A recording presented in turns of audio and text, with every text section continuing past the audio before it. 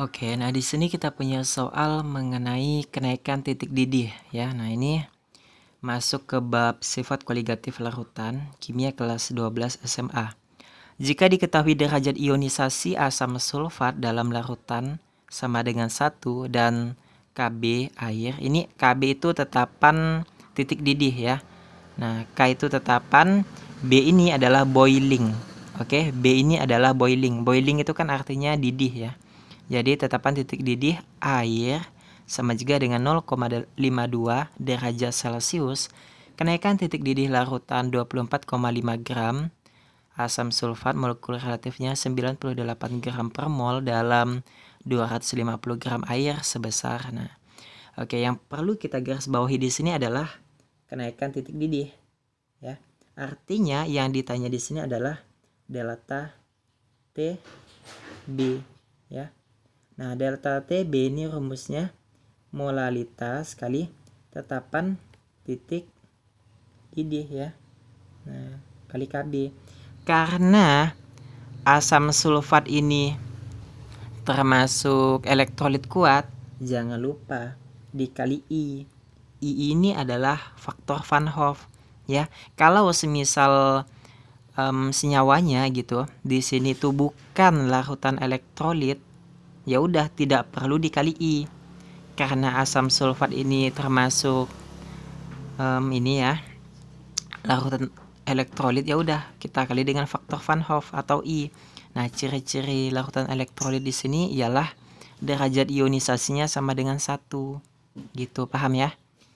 Nah, gitu, gengs. Oke. Ini kalau kita uraikan ya, kan jadinya gini ya. Nah, kita sinin aja H2SO4. Nah, oke, ini jadi 2H plus SO4 2 minus. Gitu kan? Nah, oke. Nah, di sini kita mau cari I dulu ya. Nah, I ini sama juga dengan 1 plus N kurang 1 kali alfa ya. Nah, jadi I sama juga dengan 1 plus N. N ini dapat kita peroleh dari koefisiennya ini ya. Nah, koefisien yang udah kita uraikan ini. Gitu, paham ya? Ini H. Nah, kita jumlahin. Nah, kita jumlahin koefisiennya ya. 2 tambah 1 kan 3.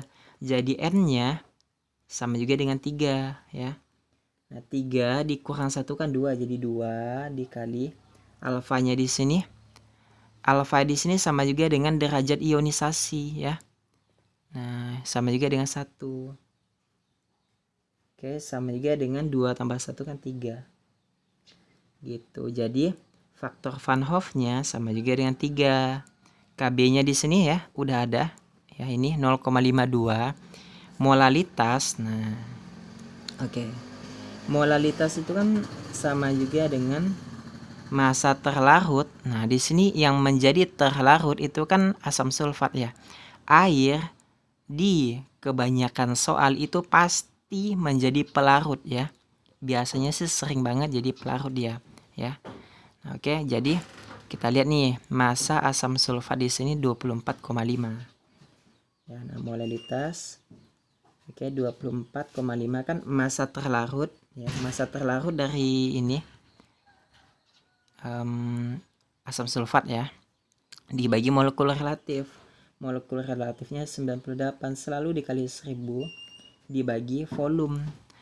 Nah, volumenya di sini dalam satuan di bagian massa pelarut ya, sorry. Itu molaritas kalau volumenya dibagi dengan massa pelarut. Nah, pelarutnya di sini kan air ya. Nah, jadi dibagi 250 ya.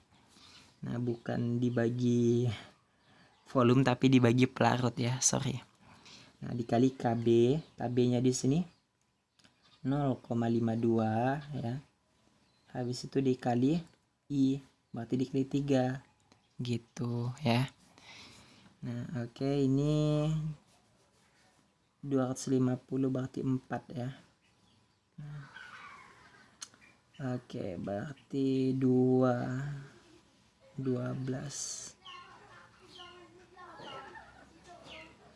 Ini kalau kita hitung-hitung ya dapatnya 1,56 ya.